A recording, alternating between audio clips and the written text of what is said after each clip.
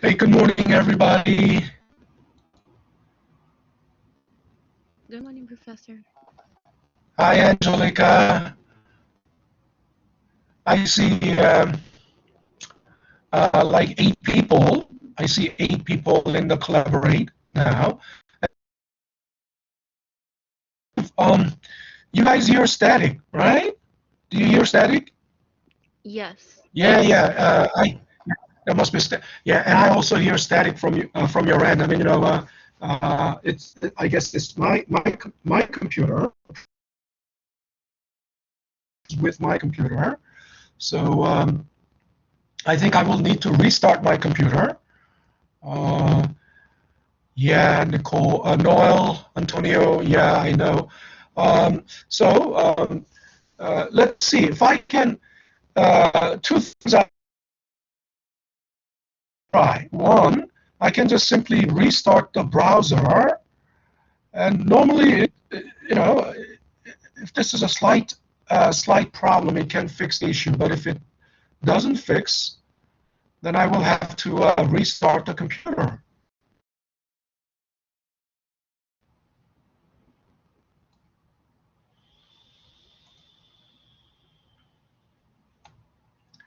So I'll need to, most likely, I will need to restart the computer.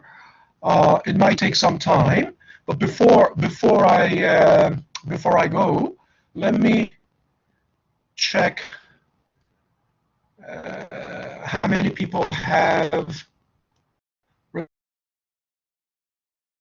attendance.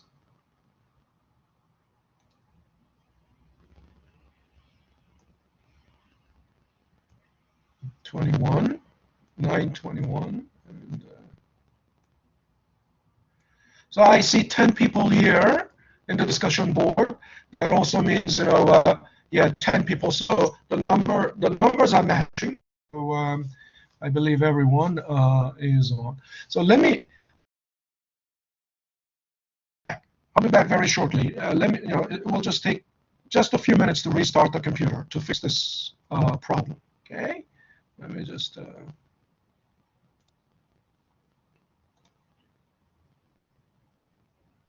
Okay.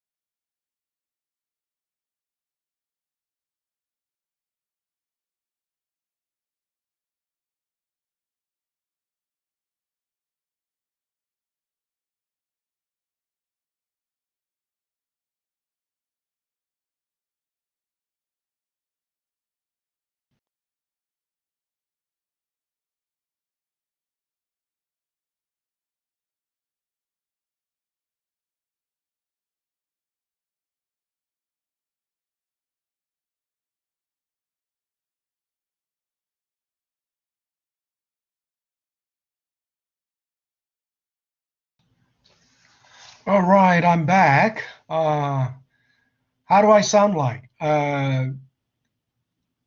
You hear any static? Do I sound okay now? Sounds better now. Okay, great. All right.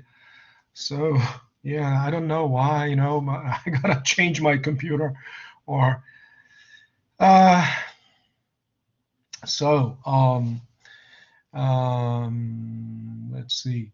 Since I'm sharing my screen, right? I gotta go to first let me check.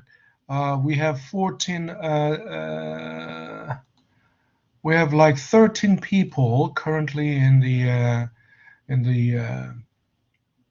collaborate session. So and that means there should be 13 people. Actually, 12.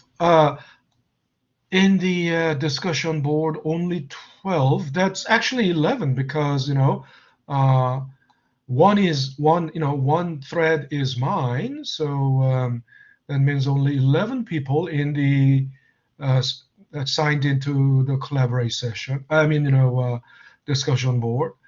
Now, but I see. Oh, okay, that's 11 exactly. I see 11 here too as well. Why does it say 13 again? So I see 13, and that must, that's 12 actually, because one is me. So, and I see 14. So that means 13 people now in the collaborate session. Now, listen very carefully. I have driven home this point all this time that uh, your physical proof of attendance is only the discussion board. Okay?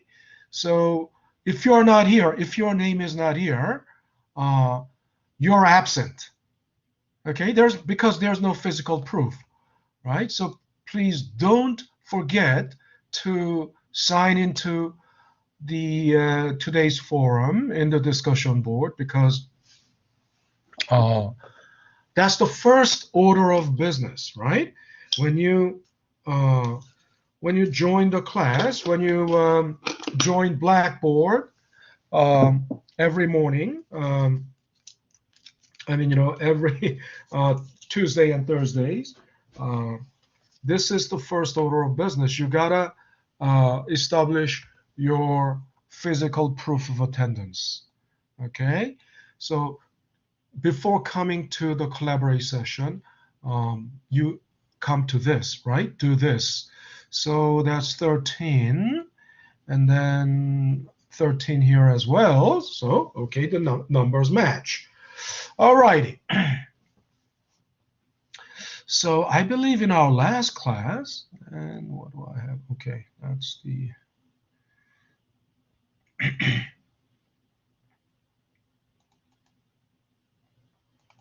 So let me bring up. I think I left you with a question. I believe I gave you a question to think about, a food for thought. I don't know if anyone remembers, um, or if you remember, uh, I wonder if you have come up with the answer.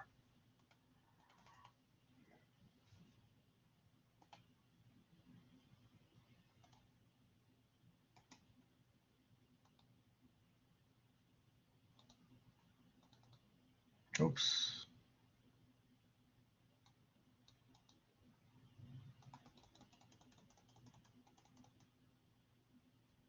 Okay.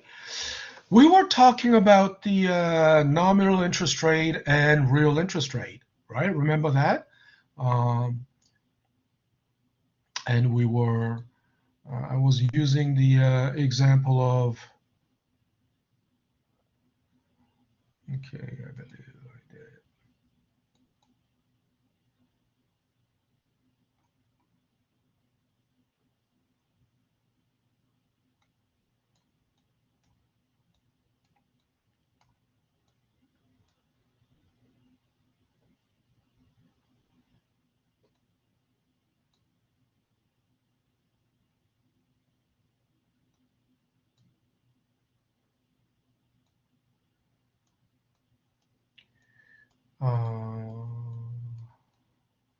Okay, I think it was this. Oh, no. It's moving things around. It's moving things around.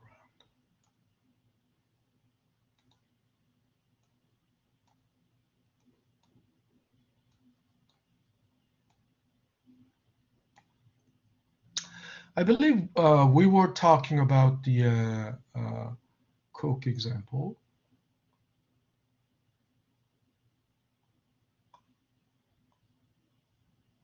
Oh, no, don't do that. Don't do that.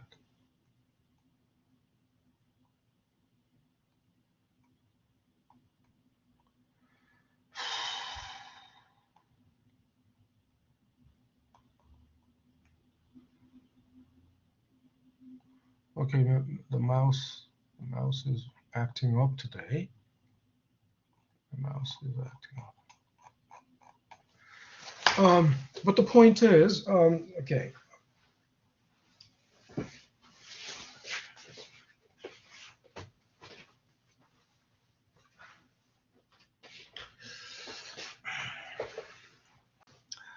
Now you understand the difference between nominal interest rate and real interest rate. Oh, come on. And I left you with the, so real interest rate can be negative because if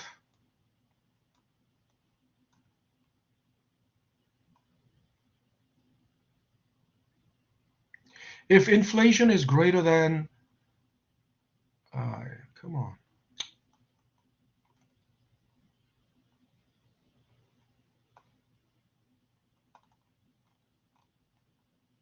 Okay, I'll just get rid of this because this isn't.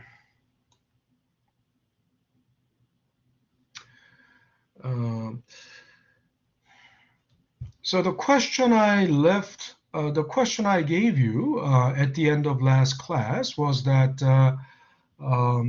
there are times that the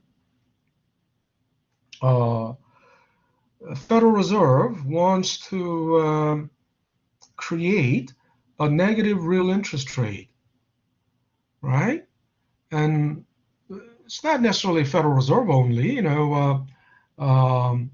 central banks of any economy, any country, there is an incentive for the central banks to create a situation where the real interest rate is negative. And did anyone think about why that would be the case? Anyone? You're awfully very quiet, so I don't know if you're Jody and your microphone is on. So yeah, have you thought about that? Can you please repeat the question? Yeah. The question is, there are times when central banks want to create a negative real interest rate, and why? Why do you think that would? Why do you think they want to do? They want to do that. Why do you think? I guess so the to stop inflation, so the dollars would have more value. No, actually, um, no. To stop inflation, right? Um, to stop inflation, you have to actually cool off the economy, right? To cool off. But look, negative negative real interest rate is created only because what? Inflation is greater than nominal interest rate. You understand? Yeah. I think yeah, well, if you understand, then, it's great. But it seems like, almost everyone forgot. Why is it this? Every time I hate this. It's not, it's my mouse is acting up like crazy. All right, I'll have to create a new one. And even here, you see, this is because ah,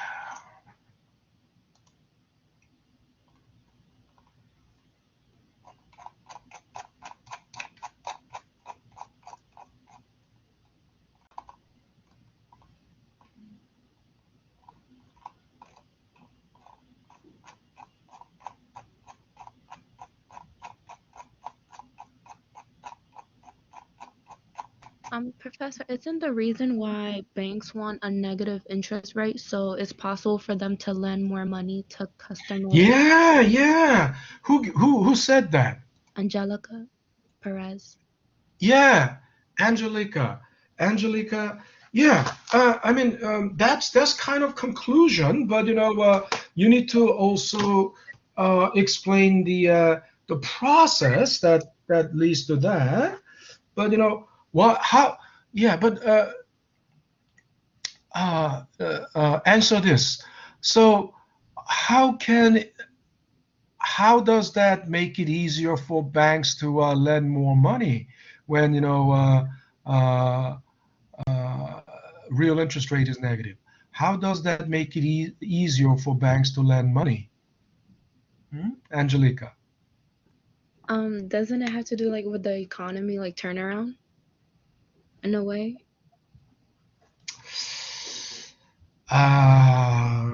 That's too broad. That's too vague, Hmm. right? I mean, but uh, you said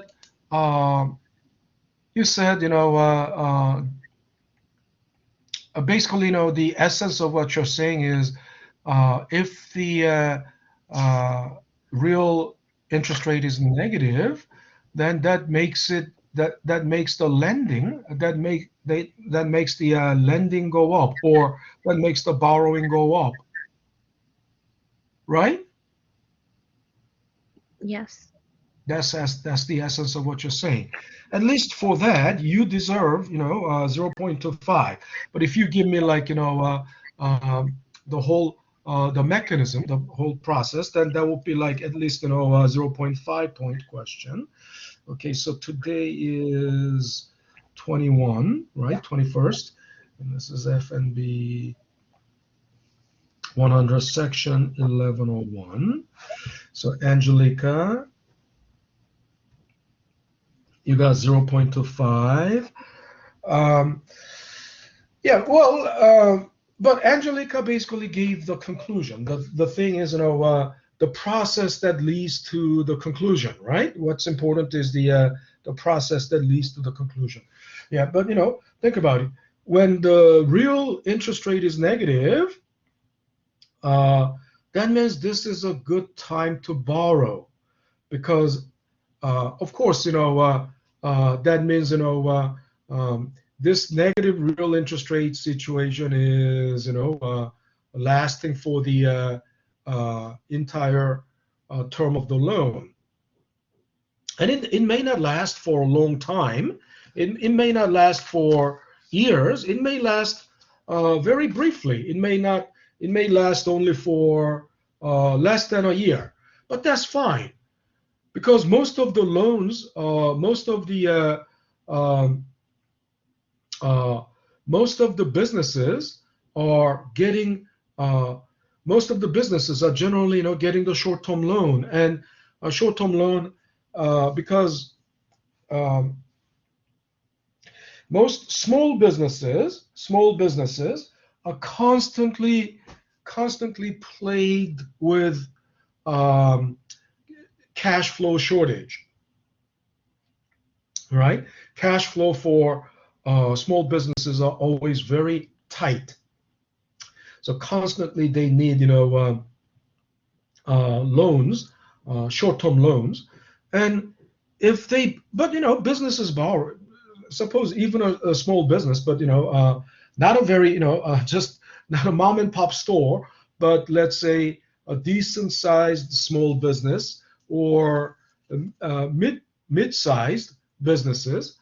If they borrow even for 60 days, they can borrow like millions of dollars, right? And It's because their cash flow is, tight. In 60 days, there is, like $2 million to collect, but, they cannot collect it just yet. But in 2 months, it will be there. So you just need, but you're, very tight with cash flow. There are payments to make within 60 days. So if you cannot make those payments, then you'll go bankrupt, right? But if you borrow, so you borrow short term to make all these payments.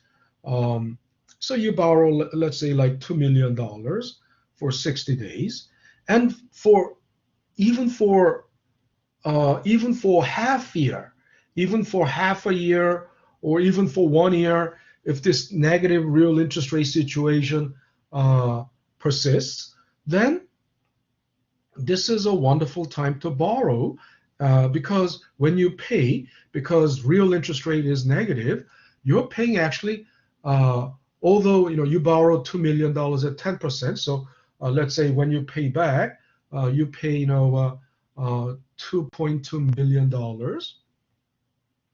Of course, 10% means annual rate. So actually, for 60 days, it will have to be adjusted for 60 days, meaning 10% times 60 over 360. That will be like 1/6. But whatever it may be, just for our thought experiment, let's just assume it is 10% for 60 days. And then think about it. You'll have to pay back 2.2 million. And you collected your, you collected your accounts receivable. You collected, the money to come in. So you can pay back. But now, although you pay $2.2 million in nominal dollars, but in terms of actual purchasing power, this is a lot lower, a lot less than 2.2 million in terms of actual purchasing power, right? So because the inflation eroded, right? Inflation eroded the purchasing power of this 2.2 million. Effectively, you're paying less than 2.2 million. So this is a wonderful time to borrow, right? If the real interest rate is negative. So this is why they, intentionally try to create a negative, real interest rate. And usually negative real interest rate is not that significant, like, negative 10%. Usually it would be less than negative 1%. But still, it will still be a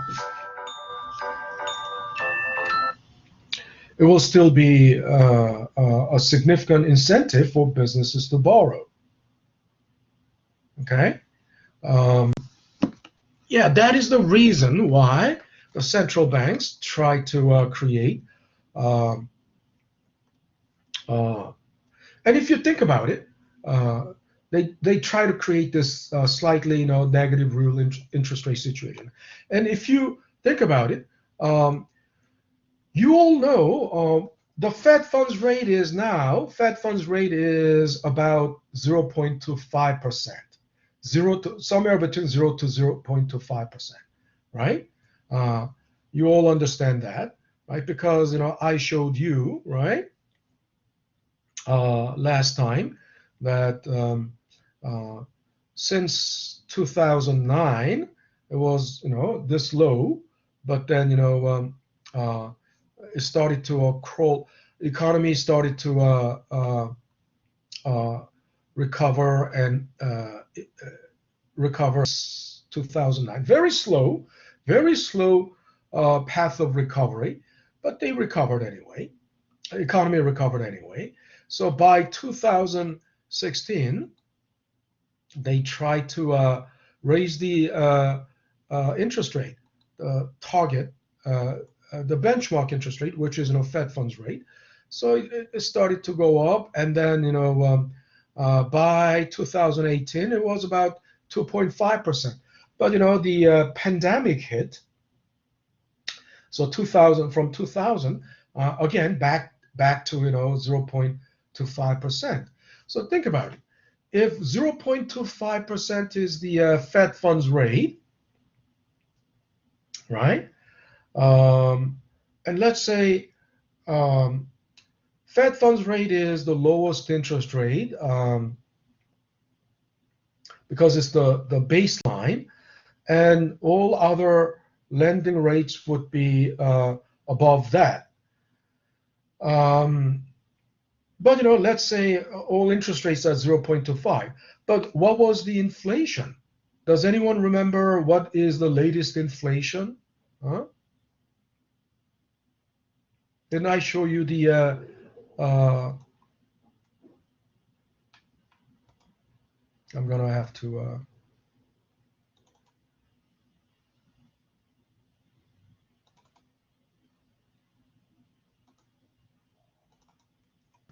around 2%? It's actually around 3%. Okay, around 3%. So think about it. So, and who gave me that? That was Brian. I'm sorry. Say your name again. Brandon. Can you hear me? Brandon. Okay. Brandon? Yep. Okay, Brandon. All right, Brandon, I'll give you 0.25. That wasn't actual inflation, but that's actually close, because 2% is has been the Federal Reserve's target inflation for a long time, and inflation has been less than 2%. Less than 2% for a long time, right? So this is since 1997. I can go back, I just because it's too long. Normally, I can go back to like 1980, 1984, but I just truncated it, and I just downloaded the data from 97 monthly, month to month. This is not month to month, actually. This is like January to January, right? For example, 1.4% inflation is between January 2020 to January 2021. And this is so February, March. So as you can see, most of the times, since this was when the financial crisis, the year of financial crisis hit, but financial crisis was hit in September, around September of 2008, because housing market crisis hit in September of 2007, and then Bear Stearns, there was Bear Stearns bailout early 2008, and then in the second half of 2008, Lehman Brothers went bankrupt. So they bailed out Bear Stearns, but they let Lehman Brothers go down, and then AIG, but AIG was bailed out. So this was kind of inconsistent. But again, even until 2008, the inflation was kind of high, because it was still the remnant. Still the residual effect of the housing market boom that lasted until the first half of 2007. And then look, from 2009, what do you see? Inflation is actually, at some point they are negative, right? Negative inflation, you might think that's a wonderful thing. No, negative inflation is a bad thing. Why? Negative inflation is called deflation. Deflation means economy is shrinking. If the economy is shrinking, that's the size of the economy. If the economy is shrinking, that's the worst thing. You can imagine that's the worst thing. Huh? Because if the economy is shrinking, that means, recession already means, people have lost jobs, because there's a massive layoff.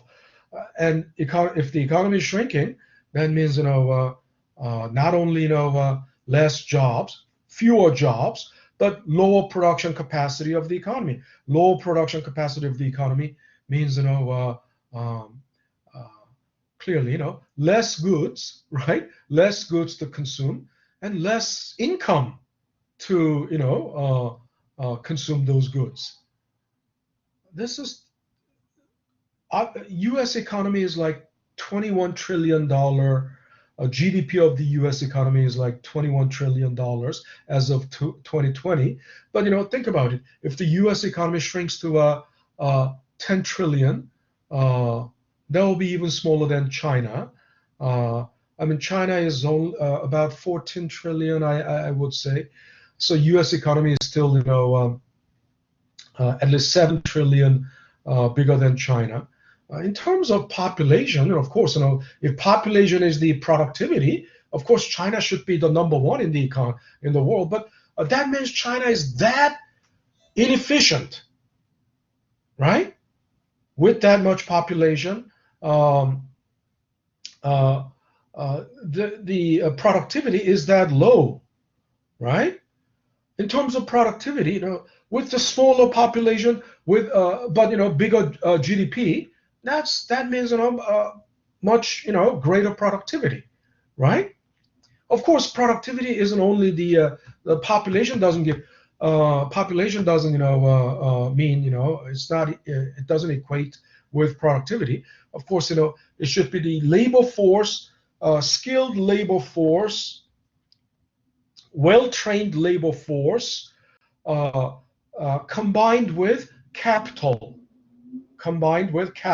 Right? You must have production equipment, right?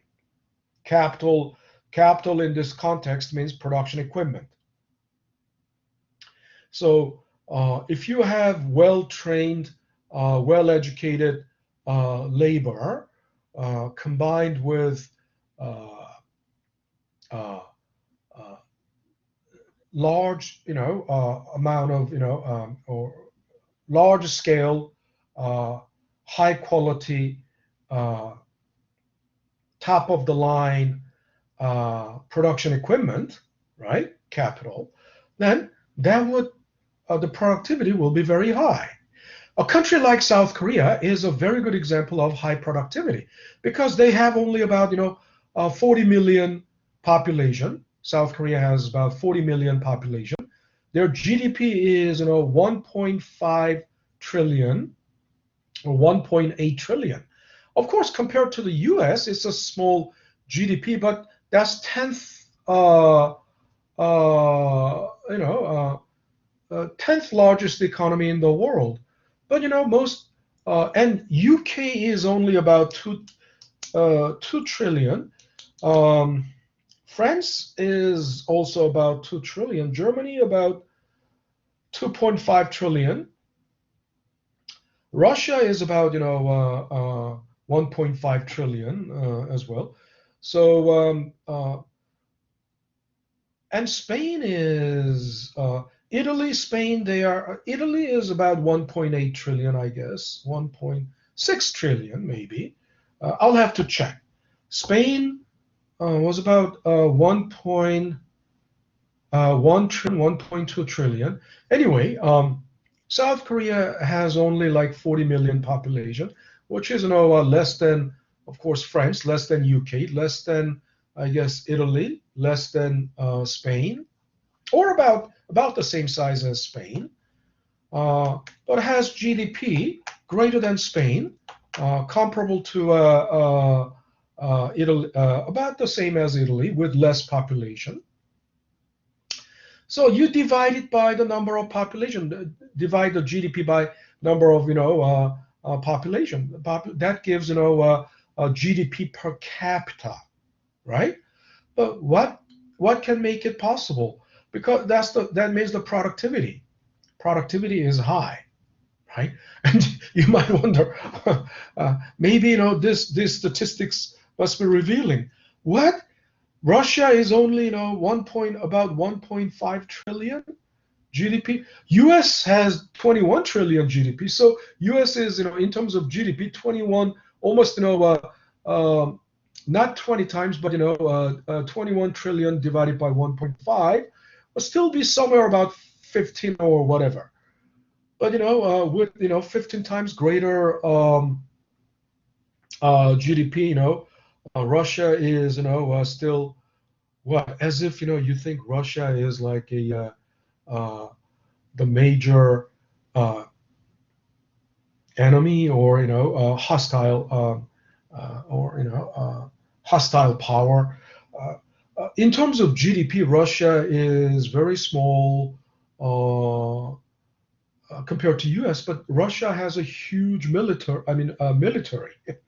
Okay, and also then I guess there are things that are not accounted in Russian economy, because a lot of Russian economy is in military production, and of course some of it may not be really accounted for, right? Some of that may not be counted into GDP calculation. But obviously, if you have huge military production capacity, you export. Russian military, to maintain that military, you need budget. You need budget, right? And aircraft carriers, it costs a lot of money to operate aircraft carrier fleet. It costs a lot of money.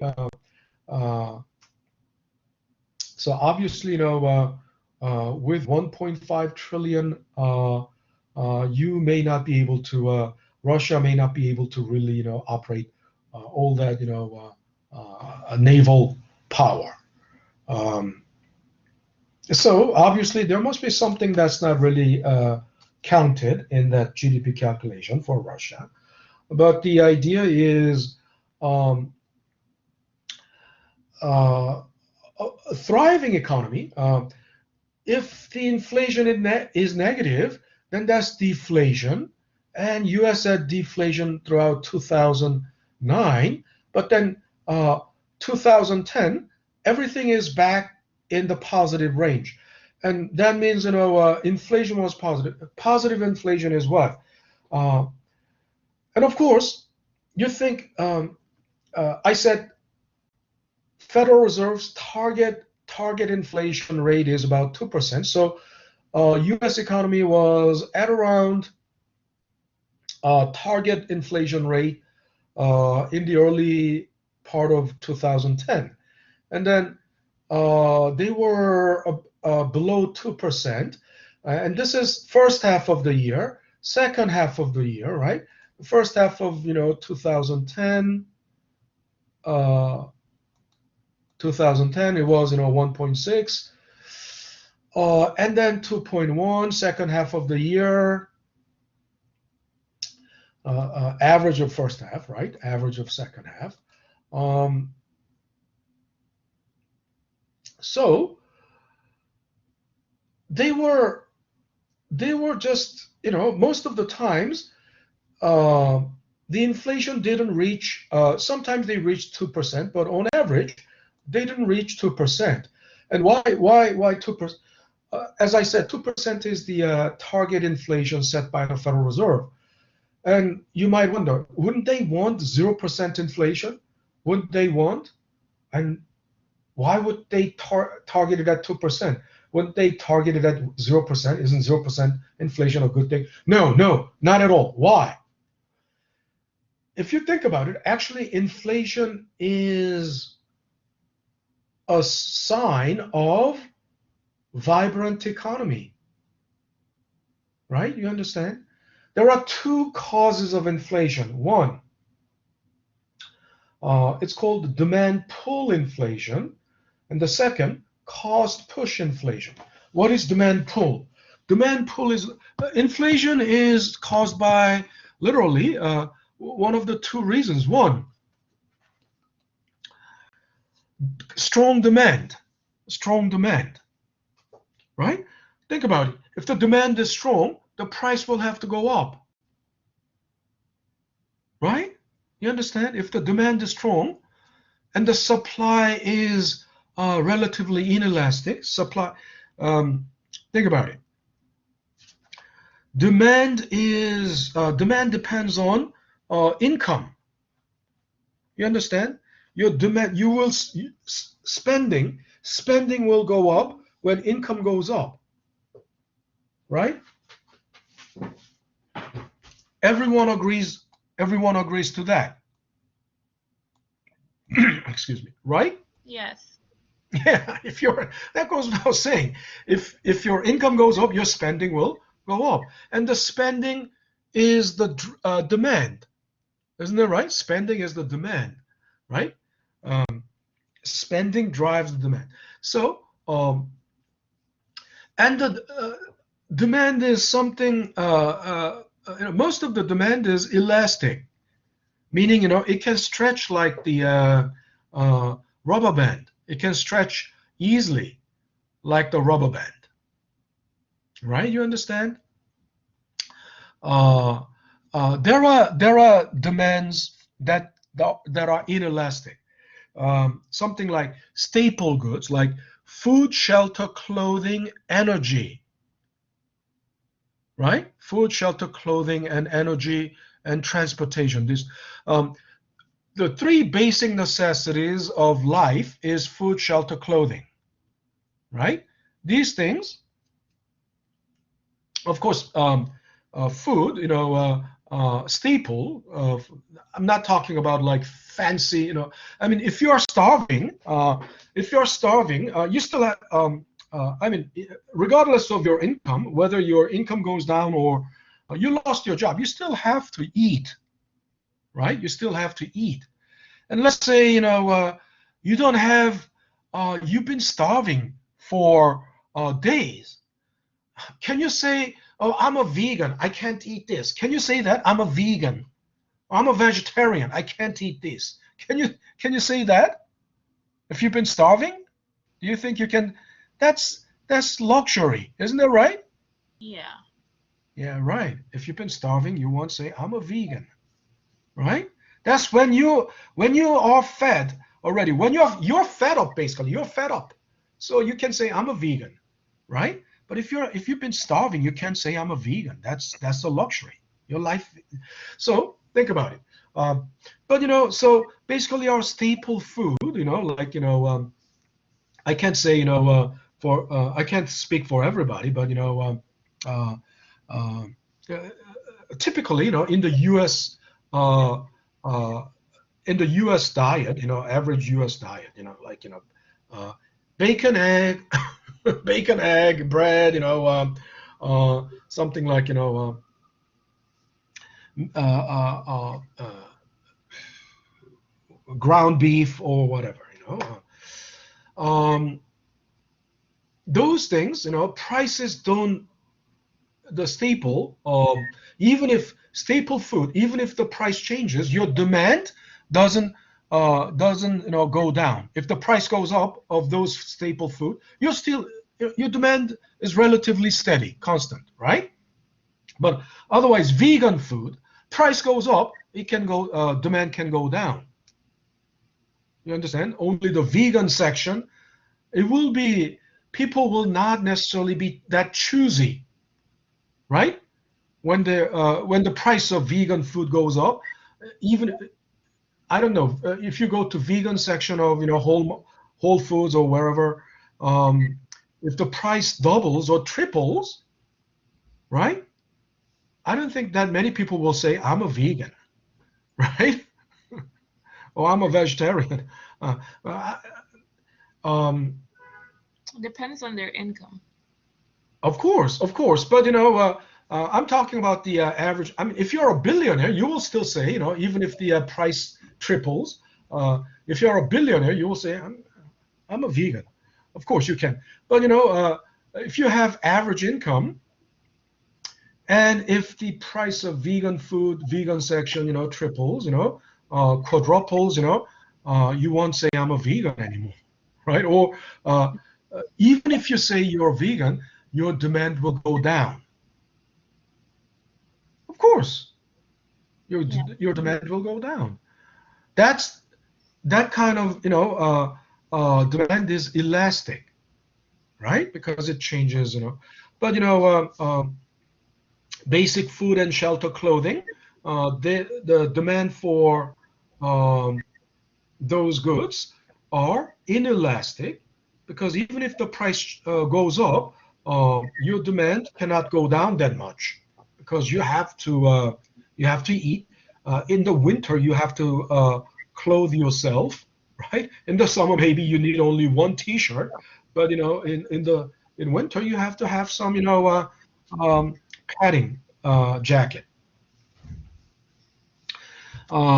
They don't, and housing, right? Shelter, right? No matter, even if the rent goes up, you need a place to stay, right? You need a place to shelter yourself.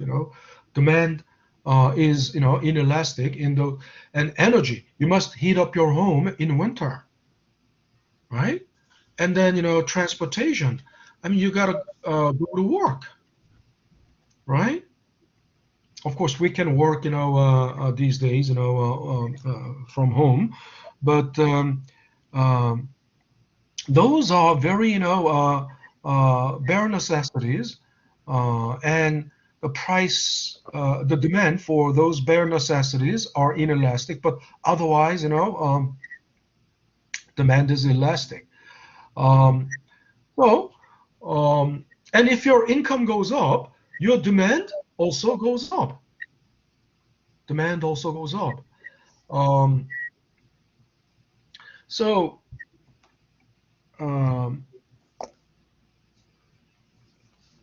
but when you measure inflation, there are many different inflation measures, but CPI is the most general. I showed you this is the CPI, and from if you divide this by this, you will get this, right?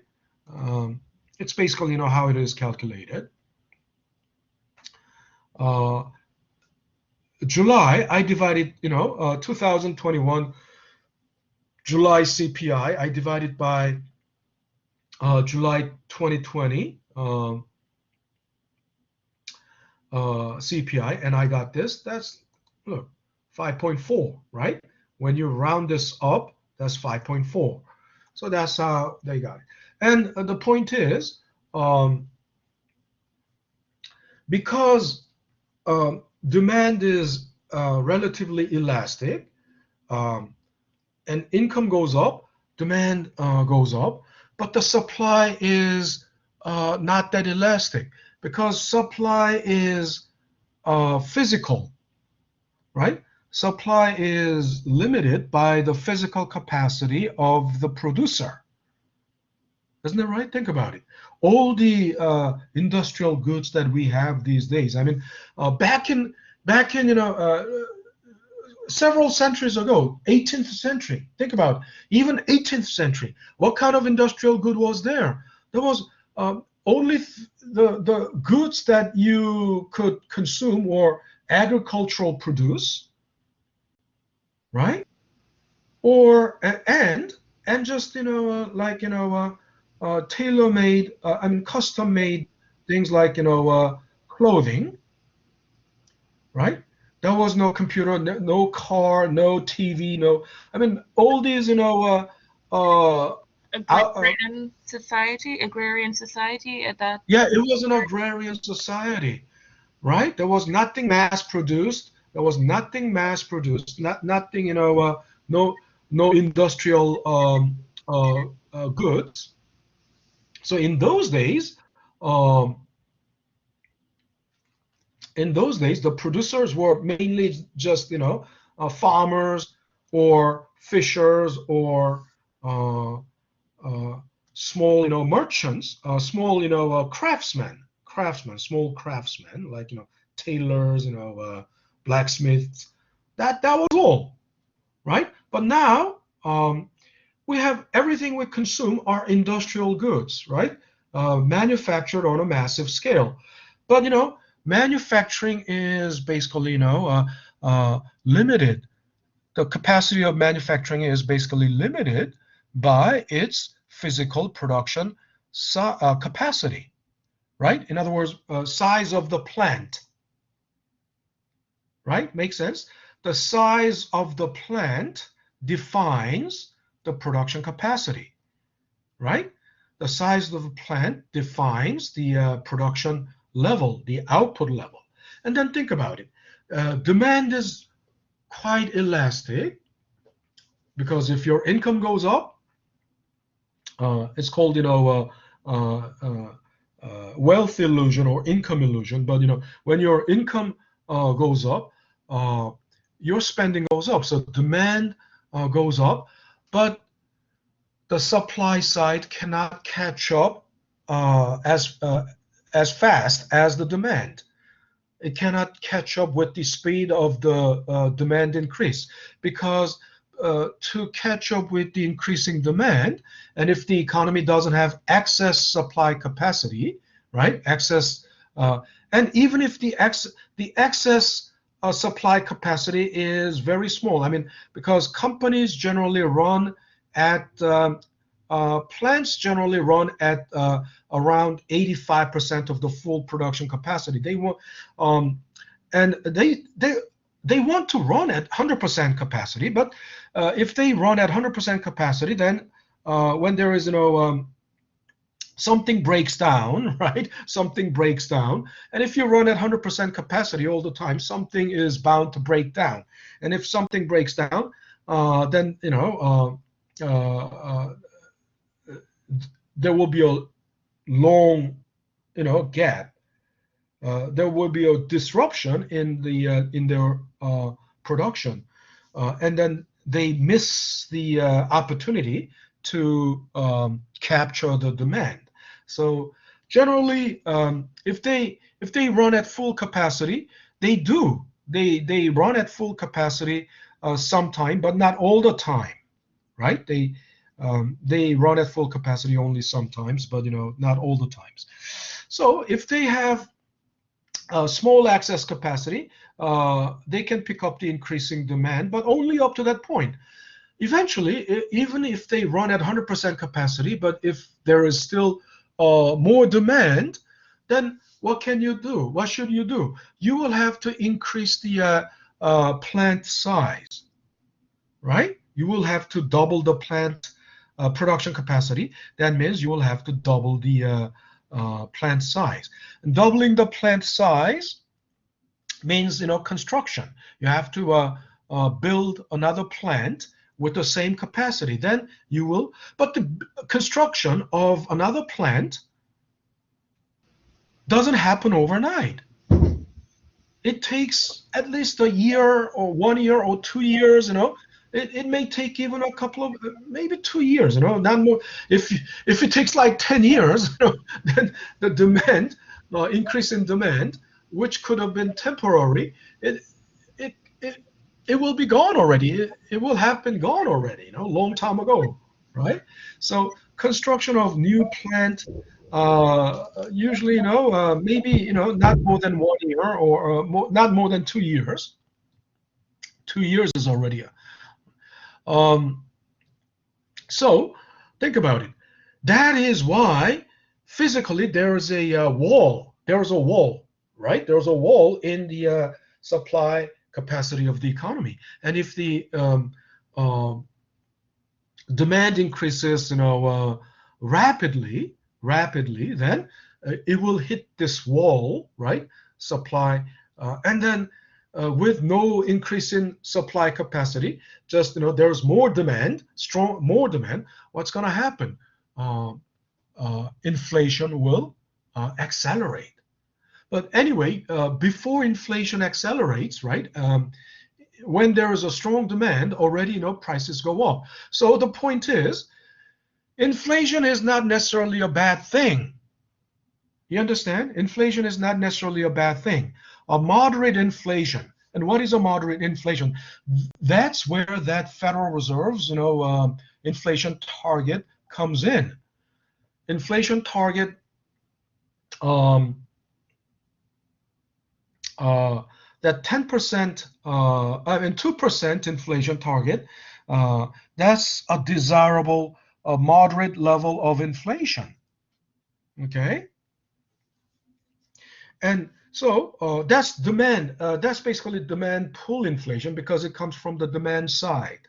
Strong demand is a good thing always. Strong demand is a vibrant sign. Strong demand is a sign of vibrant economy. Okay, strong demand is, and 2% inflation represents that vibrant economy. So. But since 2000, most of the times except 2011, and if you see 2009, inflation was all negative throughout 2009. That means we were hitting the bottom of recession, right? In 2009, and only like November of 2009. Inflation turned positive. So we bottomed out of recession at around this time. I mean, we can't say that we have to have at least two consecutive we have to have at least two consecutive quarters of positive inflation, positive growth, to determine that we are out of recession. So first quarter of 2010, second quarter of 2010. So starting from here, by about this time, right? Starting from here, first quarter, second quarter, by about this time, which is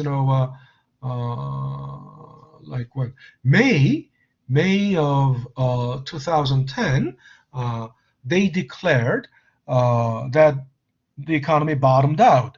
It's just bottoming out of the recession. It doesn't mean the economy is booming, but for the economy to be booming, the inflation should go above like 2%. But it was just about below 2%, or just flirting with 2%, sometimes 3%, but then back to below 2%, and then 2015 again some negative growth, and then you see. So the majority of this time, the inflation remained around below 2%. But then here, starting from March of this year, right? Inflation rose above 2%, and it's about 5% as of we are in we don't have any further data, right? But the first half of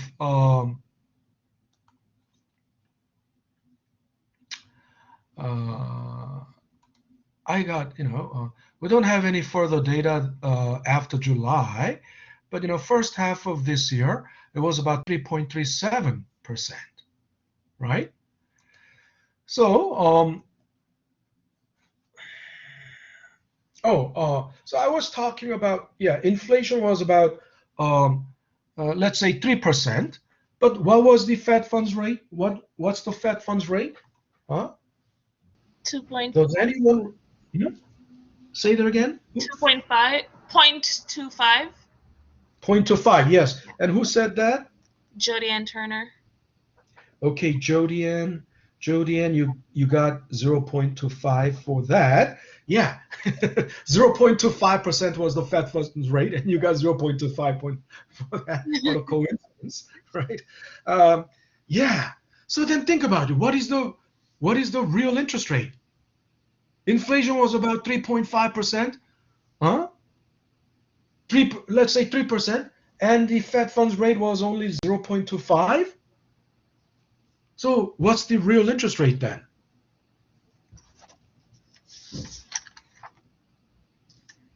2.75. 2.75? Are you sure? What is real interest rate? I mean, how can you have a positive number? I mean, you understand what I'm saying? Huh?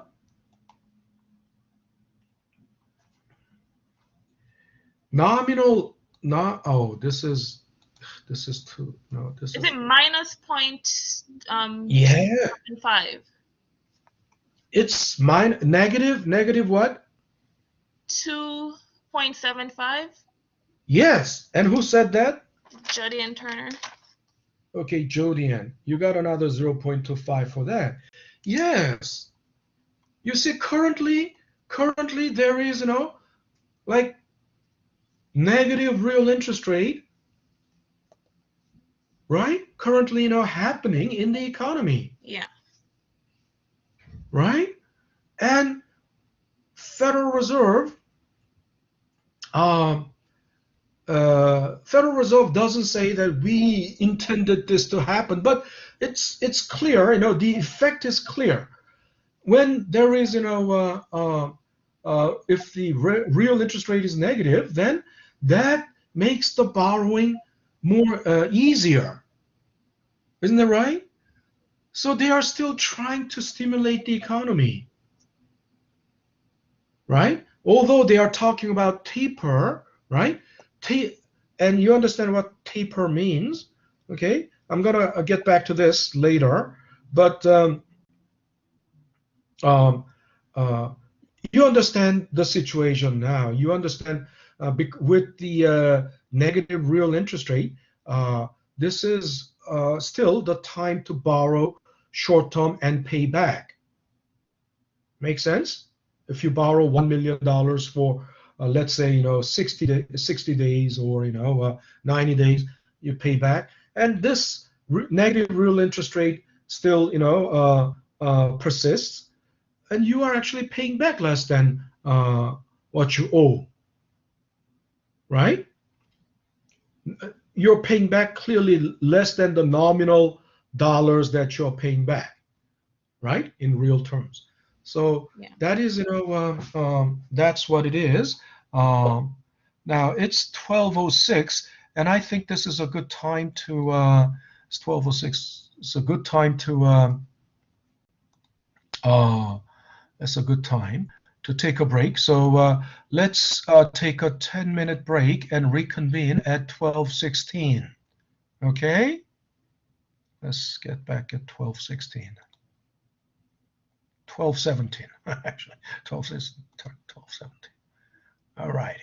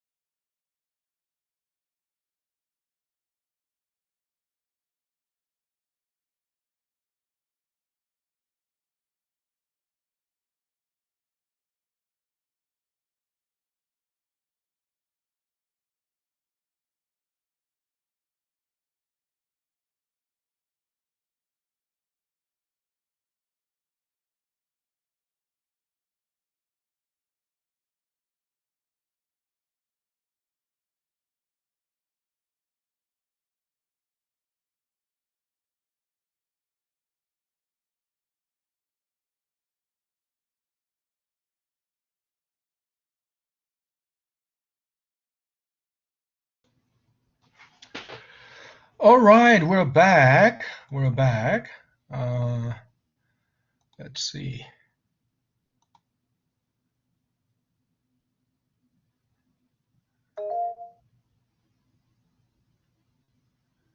Yeah, Fahad. Yeah, you have a question, Fahad? Fahad?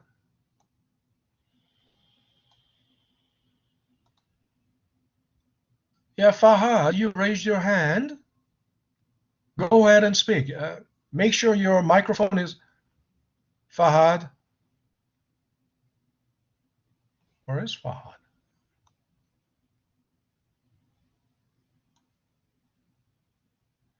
Yeah, I don't know.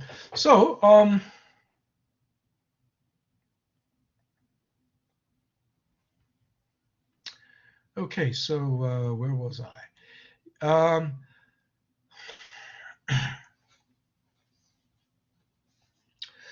So the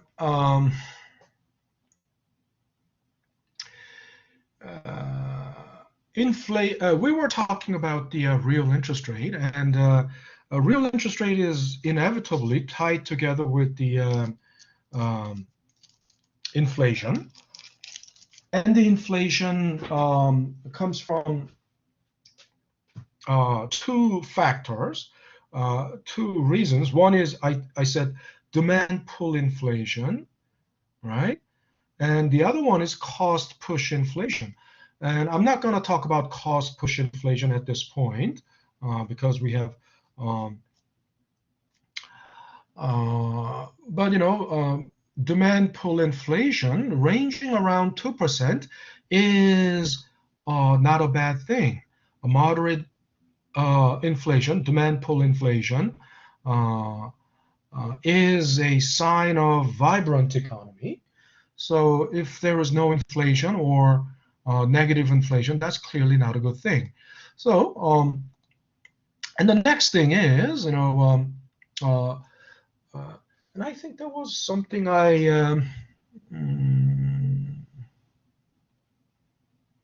okay.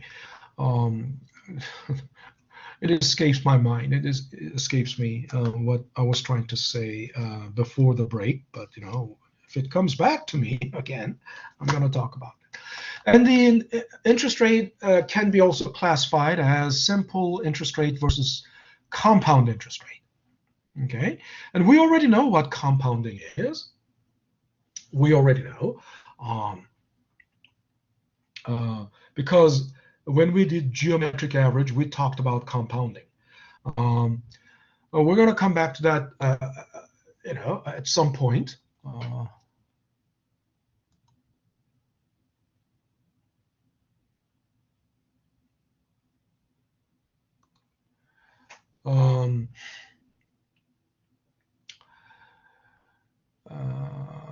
But compounding,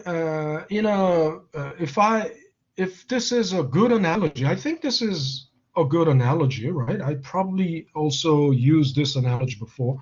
It's like a snowball, right? If you drop the snowball from top of the mountain, right, a snow-covered mountain, the snowball rolls down the hill, and as it rolls down the hill, it picks up more snow.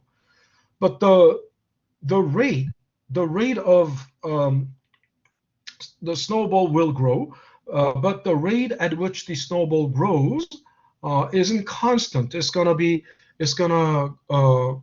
if it is constant, the snowball gets bigger, not linearly, but it gets bigger exponentially, because the size, the surface of the snowball gets bigger. As the surface of the snowball gets bigger,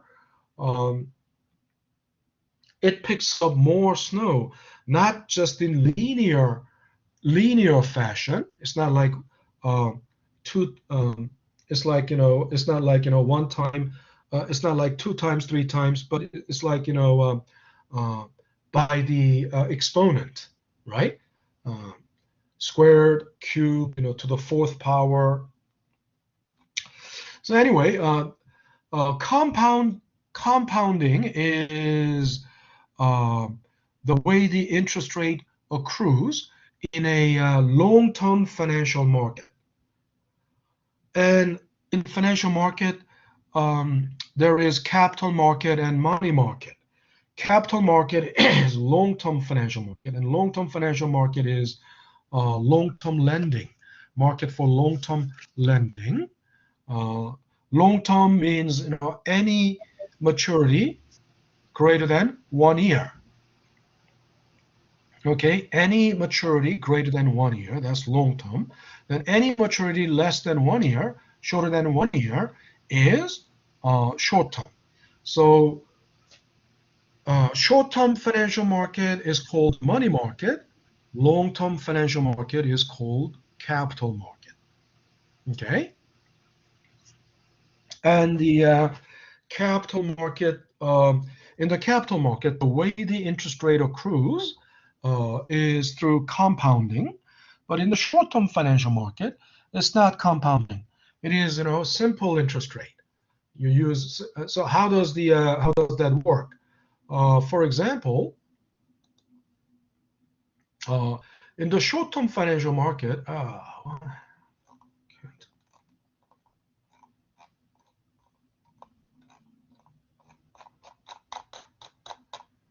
I can't. All right, I'm not going to use this because it's only giving me a headache.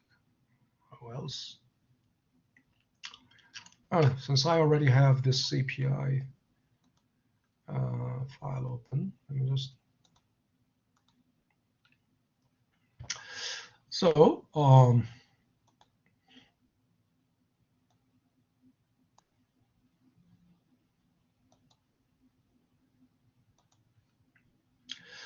so let's say you have P, principal of 10K,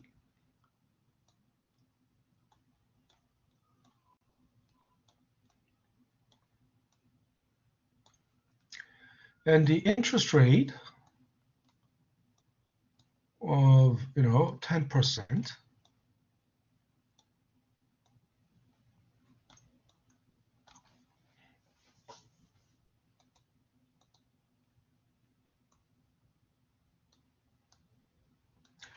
And let's say time. In capital market, time is like 10 years, right? It's greater than 1 year.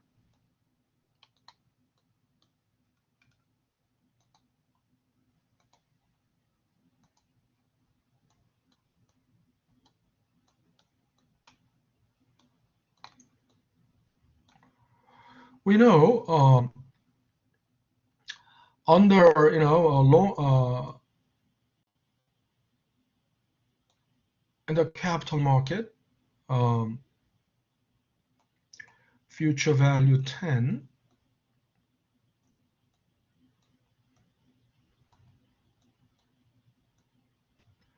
it's basically 10K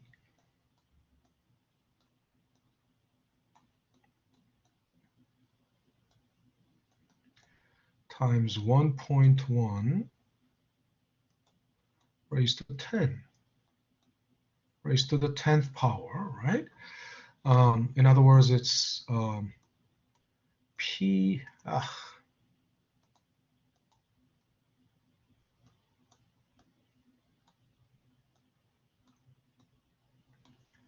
times 1 plus R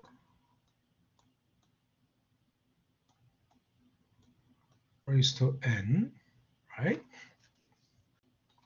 This is how it works in a long-term financial market. But in the short-term money market, under the same scenario, right? I'm going to have to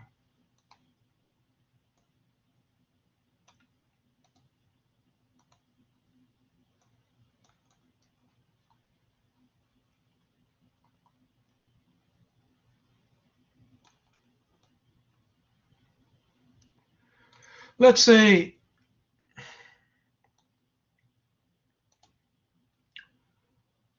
60 days. You borrowed 10K for 60 days.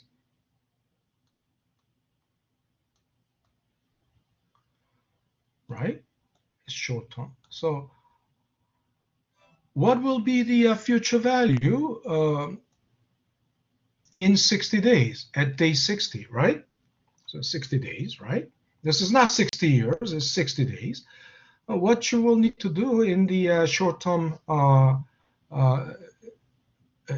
using simple interest rate, what you do is it's P times 1 plus R times T.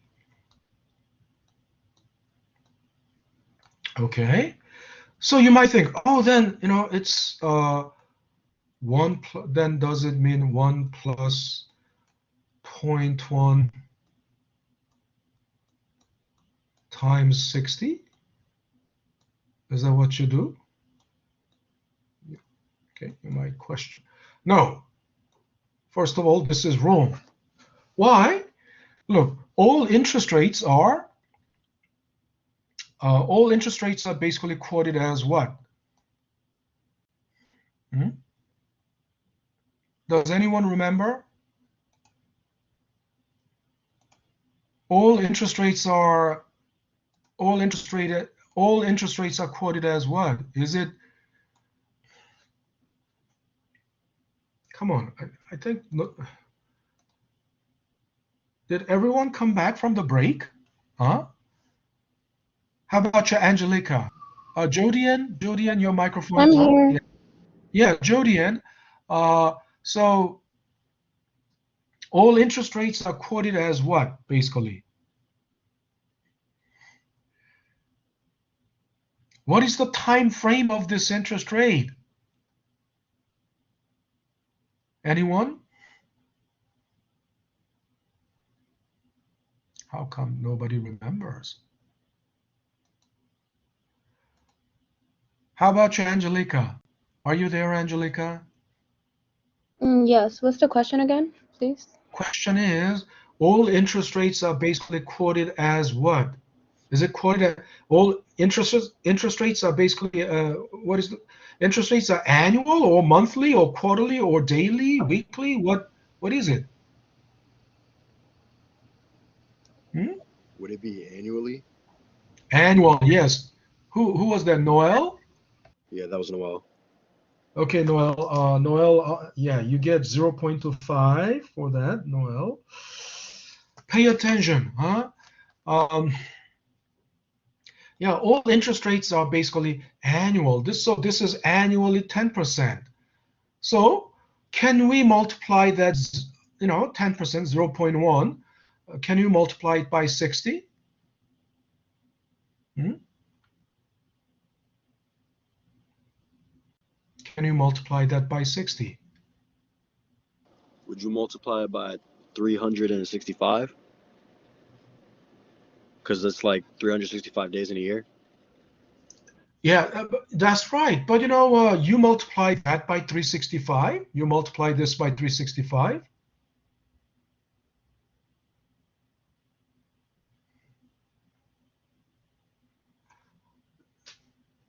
Think about it logically. Think logically. This is annual rate, right? This is annual rate. So if you multiply it by 365, it's like multiplying it by 365 years, 365 years. You're not just following. I mean, what is the loan? What is the term of the loan? What's the loan term? 60 days. 60 days. It's Yes. multiplied by 1.2, is it? Why 1.2? Because it's 2 months. And 2 months, Look, 1.2, you multiply this 10% by 1.2, then that is 1.2 years. okay. Just a second, let me figure it out. Now, It's gonna be divided by 12 because divided by 12 and the answer will be multiplied by 2. Oh, yeah. You are close. And who was this? Jodian. Jodian. So Jodian, basically what you're saying is you divide what by 12? You divide what by? The rate, Yeah. You divide this 10% by 12, then you will get a monthly rate, right? yes. The monthly rate. And then you will multiply it by 2 because 60 days is 2 months. Yeah. Yes, the logic is right. The logic is correct. So Jodian, I'll give you another 0.25 for answering that. But we can do it also this way because the time is given as days, right? 60 days, right? 60 days is basically, yeah, 1/6 of a year, right? Because Jodian's logic is correct because it's 2 months. 2 out of 2 divided by 12 is 1/6. But then we can do it also. 1 year is 365 days. So daily rate will be simply 10% divided by 365. Isn't that right? Daily rate is so what you can do is 10K times 1 plus 10%, which is 0.1. But then, actually, we can find, we can turn 60 days into fraction of a year, right? And that fraction is, simply 60 over 360.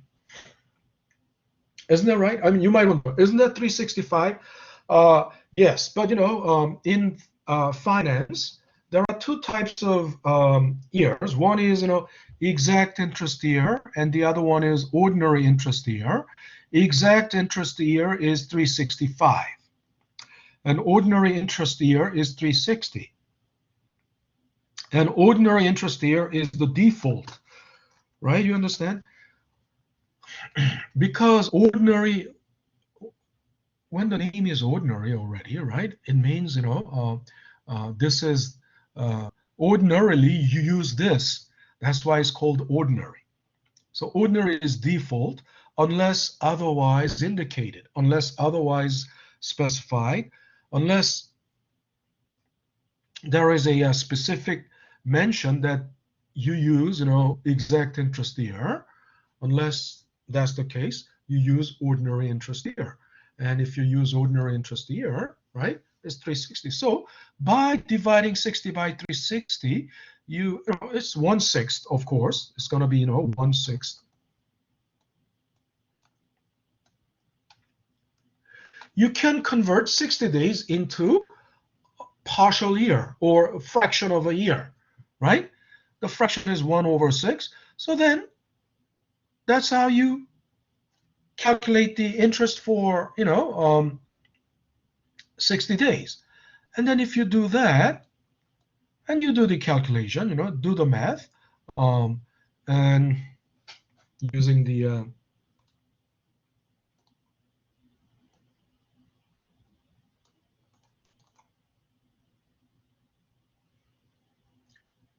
okay, I have it here.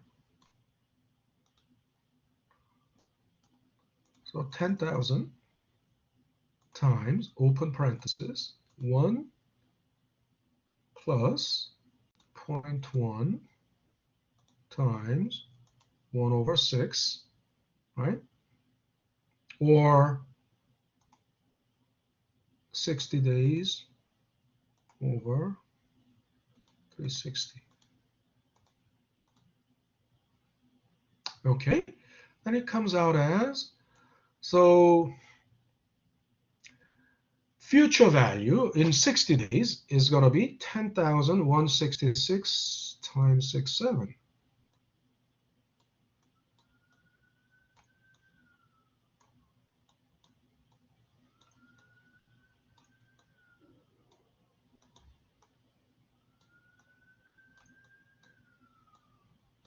Okay. So this is how the simple interest rate works, right? In the short-term money market. Okay. So we have the understanding of simple interest rate and the compound interest rate. Now we can move on to the next topic. So the interest rate is basically, we understand interest rates vary depending on the borrower, right? We don't, and the benchmark, because of different credit scores of, credit ratings of each borrower. And the benchmark interest rate is the Fed funds rate. And based on the Fed funds rate, prime rate is, this is not something, codified. This is not something codified.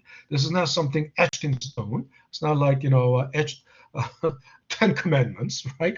But prime rate is the best interest rate that applies to the prime category borrower. And prime category borrower is, of course, someone with the excellent credit scores, right? The prime rate is, Fed funds rate, conventionally, Fed funds rate plus 3%, right? 3 to 3.25. So prime rate, because the Fed funds rate is 0.25 these days. So if you get a loan and if your interest rate is 3.25 or 3.5, that means you're getting a prime rate, right? Prime rate. And the way, we're almost out of time. So we all already understand if lower interest rate, if interest rate goes down, that stimulates borrowing. So as the borrowing goes up, money supply goes up because, lower interest rate stimulates borrowing. The companies borrow, they expand, and then, construction, they expand their production capacity. The construction firm that builds the plant will get their money, and they will pay their workers. Workers will spend money. With the bigger plant, you will put in the production equipment in the plant. So the plant, the company that makes production equipment will get paid.